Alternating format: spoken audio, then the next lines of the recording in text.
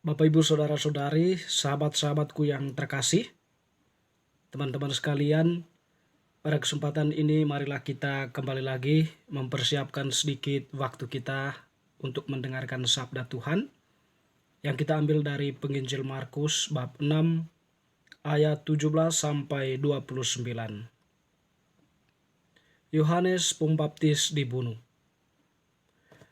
Sebab memang Herodiaslah yang menyuruh orang menangkap Yohanes dan membelenggunya di penjara, berhubung dengan peristiwa Herodias istri Filipus saudaranya, karena Herodes telah mengambilnya sebagai istri. Karena Yohanes pernah menegur Herodes, "Tidak halal engkau mengambil istri saudaramu." Karena itu Herodias menaruh dendam pada Yohanes dan bermaksud untuk membunuh dia, tetapi tidak dapat. Sebab Herodes segan akan Yohanes karena ia tahu bahwa Yohanes adalah orang yang benar dan suci, jadi ia melindunginya. Tetapi apabila ia mendengarkan Yohanes, hatinya selalu terombang-ambing, namun ia merasa senang juga mendengarkan dia. Akhirnya tiba juga kesempatan yang baik bagi Herodias, ketika Herodes pada hari ulang tahunnya mengadakan perjamuan untuk pembesar-pembesarnya, perwira-perwiranya, dan orang-orang terkemuka di Galilea. Pada waktu itu anak perempuan Herodias tampil, lalu menari, dan ia menyukakan hati Herodes dan tamu-tamunya. Raja berkata kepada gadis itu, "Minta daripadaku apa saja yang kau ingini, maka akan kuberikan kepadamu." Lalu bersumpah kepadanya, "Apa saja yang kau minta akan kuberikan kepadamu, sekalipun setengah dari kerajaanku." Anak itu pergi dan menanyakan ibunya, "Apa yang harus kuminta?" Jawabnya, "Kepala Yohanes Pembaptis." Maka cepat-cepat ia pergi kepada raja dan meminta, "Aku mau supaya sekarang juga engkau memberikan kepadaku kepala Yohanes Pembaptis di sebuah talam." Lalu sangat sedihlah hati raja, tetapi karena sumpahnya dan karena tamu-tamunya ia tidak mau menolaknya. Raja segera menyuruh seorang pengawal dengan perintah supaya mengambil kepala Yohanes. Orang itu pergi dan memenggal kepala Yohanes di penjara. Ia membawa kepala itu di sebuah talam dan memberikannya kepada gadis itu, dan gadis itu memberikannya pula kepada ibunya. Ketika murid-murid Yohanes mendengar hal itu, mereka datang dan mengambil mayatnya lalu membaringkannya dalam kuburan.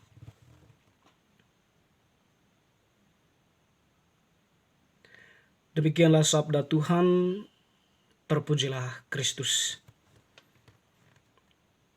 Bapak, Ibu, Saudara-saudariku yang terkasih, teman-teman sekalian, dalam kalender liturgi Gereja Katolik, pada hari ini atau bacaan yang telah kita dengarkan tadi sekaligus merupakan bacaan untuk peringatan wajib bagi kematian dari Santo Yohanes Pembaptis.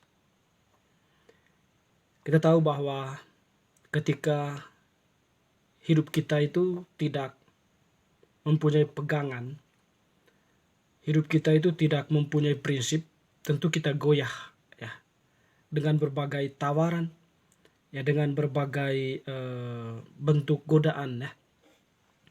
Kita cenderung jatuh terombang-ambing dengan pengaruh dunia. Sekiranya itulah yang terjadi juga dengan Herodes ya. Jadi Herodes itu adalah seorang raja yang mengambil istri saudaranya Filipus, Herodias. Jadi ketika dia melakukan hal itu, dia ditegur oleh Yohanes Pembaptis. Dan tentunya ketika raja itu ditegur oleh Yohanes Pembaptis, Herodias itu tidak setuju dan marah besar tentunya. Karena itu dia merasa dendam kepada Yohanes Pembaptis. Karena setidaknya kalau kita paham, karena Yohanes Pembaptis itu adalah penghalang apa yang menjadi rencana Herodias untuk menikah dengan Herodes. Yang sebenarnya itu adalah dia itu adalah kakak sepupu dari suaminya sendiri, Filipus. Tapi entah kenapa ya, mengapa hal itu mau dilakukan oleh Herodias. Ya mungkin dalam konteks itu ya hal itu biasa-biasa saja. Tetapi di hadapan Yohanes Pembaptis, perbuatan itu adalah perbuatan yang tidak diperkenankan oleh Allah. Sehingga dia berani mewartakan kebenaran yang sesungguhnya. Dia menegur Herodes, sebab apa yang dilakukan oleh Herodes itu merupakan sebuah tindakan yang bertentangan dengan kehendak Allah, atau tidak sesuai dengan, paling tidak ya, dia sebagai raja ya tidak menjadi panutan bagi rakyatnya. Tetapi hal itu terjadi ya, hal itu terjadi, dan oleh karena itu bahwa Yohanes pun ditangkap. Dan ketika ia ditangkap dalam suatu momen tertentu, Herodes ini berulang tahun, lalu dia bersumpah kepada putri dari Herodias, ya setelah dia menghibur tamu-tamunya dan juga Herodes tentunya, bersumpah untuk meminta pesajah daripadanya. Ya tentu karena hasutan dari ibunya, maka anak itu pun meminta kepala Yohanes Pembaptis dalam sebuah talam. Ya karena sumpah dari Herodes itu ya dia pun melakukannya meskipun dengan berat hati. Tetapi di sini yang menjadi pelajaran bahwa Herodes itu ya tidak mempunyai pendirian yang pasti ya dalam hidupnya. Ya bahwa dia mengikuti nafsunya. Jadi dia tidak mempunyai pertimbangan tertentu ya. Tidak mempunyai sebuah prinsip yang paling tidak itu menjadi landasan hidupnya, menjadi landasan tindakannya, aktivitasnya. Dia mudah terombang-ambing, tergoda oleh tawaran-tawaran kenikmatan teristimewa ya, tawaran Herodias. Dan juga dia membuat sumpah. Ya, dia membuat sumpah yang tentunya bahwa bukan sebuah sumpah yang lahir dari sebuah hati untuk setidaknya sumpah itu ya menyenangkan ya, atau sumpah itu menjanjikan sebuah kebaikan ya, tetapi sumpah itu justru menjerumuskan dia ke dalam godaan orang lain, terhadap rencana orang lain. Dalam hal ini Herodias ya, ketika dia bersumpah, aku akan memberikan setengah dari kerajaan atau minta apa saja yang kau inginkan ya. Ketika dia meminta kepala Yohanes Pembaptis, karena gengsi, karena tidak mempunyai pendirian, Herodes pun kemudian ya menyetujui.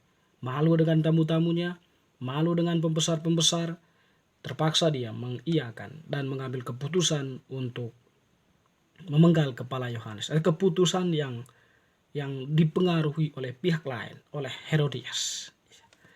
Tentu di sini teman-teman saudara-saudariku ya, kalau kita melihat bahwa terkadang hidup kita itu dicederai oleh nafsu kita ya, tidak mempunyai pendirian ya, yang kemudian membawa kita dalam sebuah godaan yang membuat kita lupa diri ya. Kita jatuh dalam sebuah tawaran kenikmatan dunia yang sebenarnya itu semua adalah semu. Nah, karena kita tidak mampu mengendalikan diri, gengsi dan sebagainya ya, kita menampilkan diri dalam wajah yang palsu, munafik. Kita mengenakan kejahatan di sana dan mengabaikan kebaikan. Yohanes Pembaptis itu sebenarnya adalah kurban kejahatannya. Dia itu orang baik. Dia itu nabi ya, yang memang dipuji oleh Yesus sendiri ya. Nabi yang memang sungguh-sungguh luar biasa, taat sepenuhnya, rendah hati, mewartakan apa yang menjadi kehendak Allah, bukan mewartakan dirinya sendiri. Dia membuka ruang bagi Allah, membuka jalan bagi Allah untuk berkarya, dalam hal ini Yesus Kristus. Jadi dia tidak memegahkan dirinya, dan dia pun menyuarakan kebenaran. Tapi suara kebenaran yang disampaikannya memang mendapat tantangan ya, dan kebenaran itu pun menjadi korban ya dari kejahatan. Tetapi tidak berarti kebenaran itu mati. Justru ketika Herodes itu membunuh Yohanes dengan memenggal kepalanya, justru orang-orang itu tidak takut ya, tetapi semakin mencari kebenaran yang sesungguhnya, semakin mendekatkan diri dengan Allah, apalagi dengan kehadiran Yesus. Ketika Yesus menyampaikan pribadi Yohanes itu pribadi yang sungguh kuliah kudus ya, justru di situ pun mereka semakin yakin apa yang diajarkan oleh Yohanes Pembaptis itu adalah sungguh-sungguh kebenaran. Artinya orang-orang itu semakin diteguhkan oleh Yesus atas ajaran yang pernah disampaikan oleh Yohanes Pembaptis. Jadi Bapak Ibu Saudara-saudari, memang menegakkan kebenaran itu tidak selalu mudah. Kita menghadapi berbagai tantangan, tetapi kalau kita setia dan taat terus-menerus, kebenaran itu akan menang dengan sendirinya. Kejahatan itu bisa dikalahkan. Bagi Yohanes, Paulus mengatakan bahwa kejahatan itu harus dikalahkan dengan kebaikan. Janganlah kejahatan dikalahkan dengan kejahatan. Semoga bacaan hari ini semakin meneguhkan iman kita. Amin.